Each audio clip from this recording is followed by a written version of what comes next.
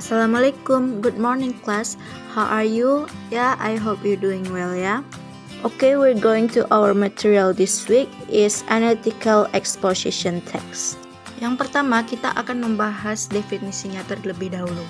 Analytical exposition text berisi pemikiran penulis tentang hal-hal yang terjadi di sekitarnya, baik benda, kejadian, ataupun tempat.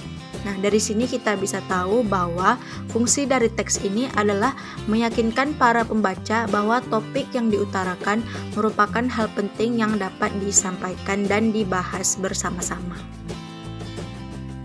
Misalnya, smoking should be banned for several reasons. Nah, kutipan ini bertujuan untuk membangun opini si penulis dan bertujuan untuk membangun reaksi para pembacanya.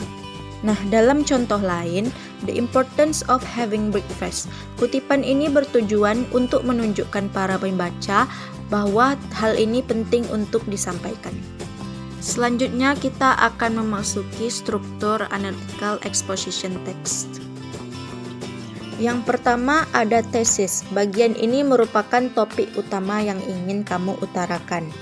Nah, yang kedua arguments, pendapat untuk pendukung. Biasanya dalam analytical text terdapat lebih dari 2 argumen. Semakin banyak argumen yang kamu sajikan, maka semakin mudah pembaca untuk mempercayainya.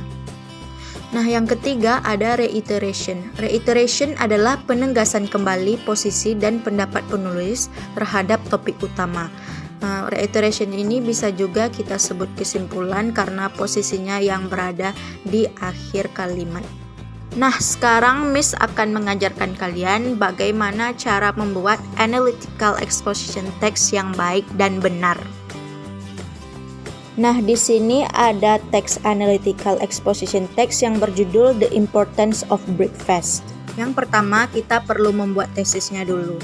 Tesisnya, some people prefer to skip breakfast and use the morning time for other activities. Such daily pattern is not good for us.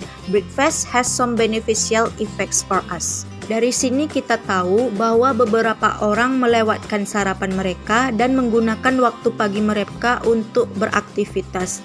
Nah, itu sangat tidak bagus dan sangat tidak dianjurkan ya. Nah, selanjutnya kita membuat argumen. Nah, di sini sudah ada 2 pendukung argumen.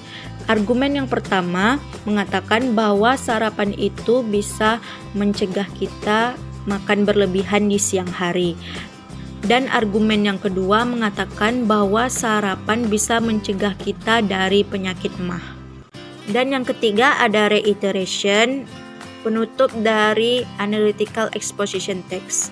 Reiteration di sini mengatakan, in conclusion, breakfast is important to keep us healthy and energized to start the day. Jadi dari sini kita bisa tahu kesimpulannya sarapan itu sangat penting untuk kesehatan kita dan memberi energi untuk memulai hari kita. Nah, selanjutnya ini adalah ungkapan atau ekspresi yang sering digunakan dalam analytical exposition text. Yang pertama, there are several reasons why. Let me tell you the reason why. This is true based on the facts below. I say that for several reasons. It is important or essential that.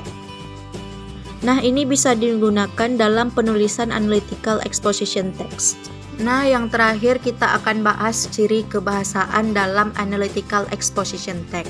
Yang pertama menggunakan simple present tense atau kata kerja bentuk pertama. Dan yang kedua menggunakan kata kerja mengekspresikan pikiran si penulis. Contohnya experience, feel, know, realize, sense, think, dan lain-lain.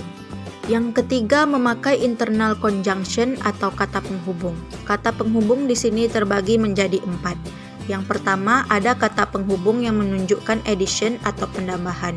Contohnya besides, in addition, dan satu lagi ada further. Yang kedua ada comparisons atau kata penghubung yang menunjukkan perbandingan. Contohnya but, meanwhile, on the other hand. Yang ketiga ada time, kata penghubung yang menunjukkan waktu. Contohnya first, then, next, dan after that. Dan yang keempat adalah kata penghubung cause effect atau sebab akibat. Contohnya consequence, as a result, so the result. Oke class, that's enough for today. I hope you understand. Bagi yang belum mengerti bisa japri miss. Thank you for your attention and see you in the next meeting.